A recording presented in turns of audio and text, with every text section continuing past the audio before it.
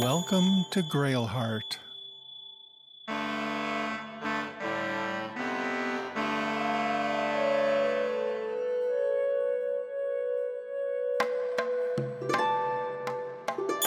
Today's story is called Moving the Immovable.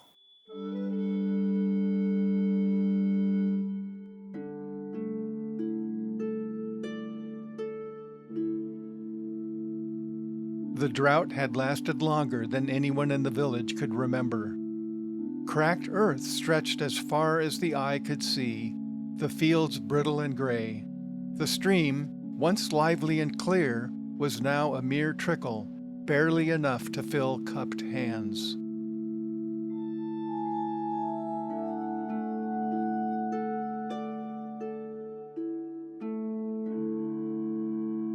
Lyra stood at the edge of what remained of the stream, staring at the massive stone that blocked its path.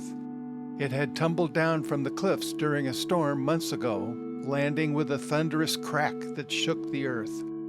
Since then, the stream had all but disappeared.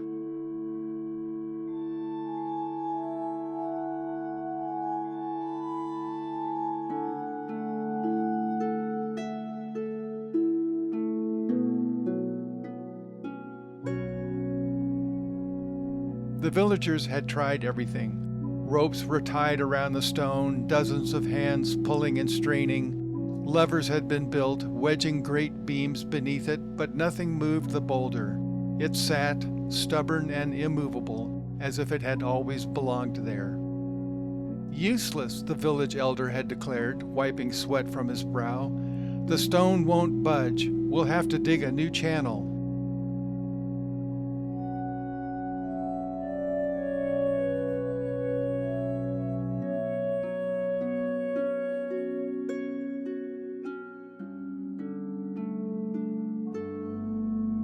But Lyra wasn't convinced.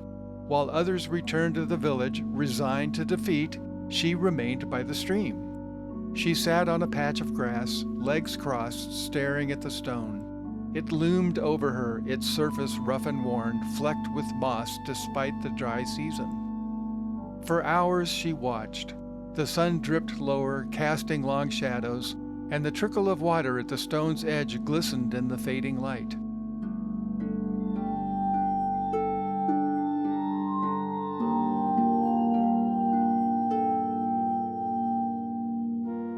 She noticed something then, a faint sound beneath the stillness, a gurgling, subtle and soft, like a whisper beneath the surface. Curious, Lyra moved closer, pressing her ear to the cool earth beside the stone. There it was again, a faint rush of water, not gone, but hidden. She followed the sound, crawling along the dry riverbed, tracing the path of the muffled current. A few paces downstream she saw it. Tiny streams, no wider than threads, weaving through cracks and roots beneath the earth. The water was finding its own way around the stone, slowly, patiently.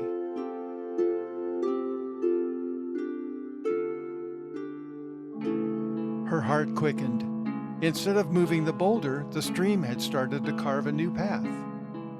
Lyra sprang to her feet and ran back to the village. "I found something," she cried, breathless. The elder raised an eyebrow. "The stone moved?" "No, but the water has. It's still flowing under the ground. We just needed to help it along." The villagers gathered skeptically, but Lyra led them to the spot where the hidden streams threaded through the soil.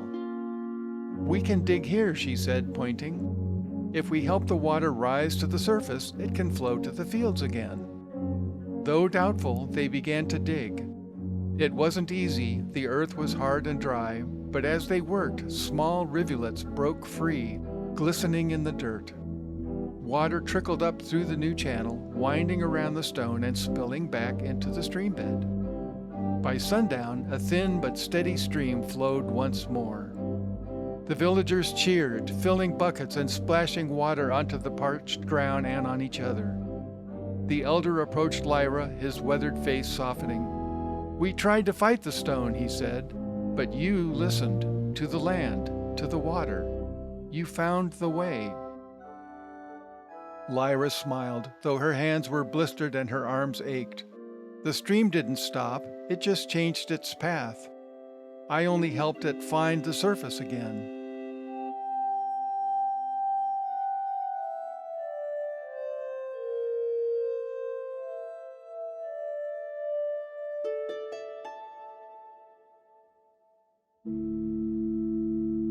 In the days that followed, the fields began to green once more.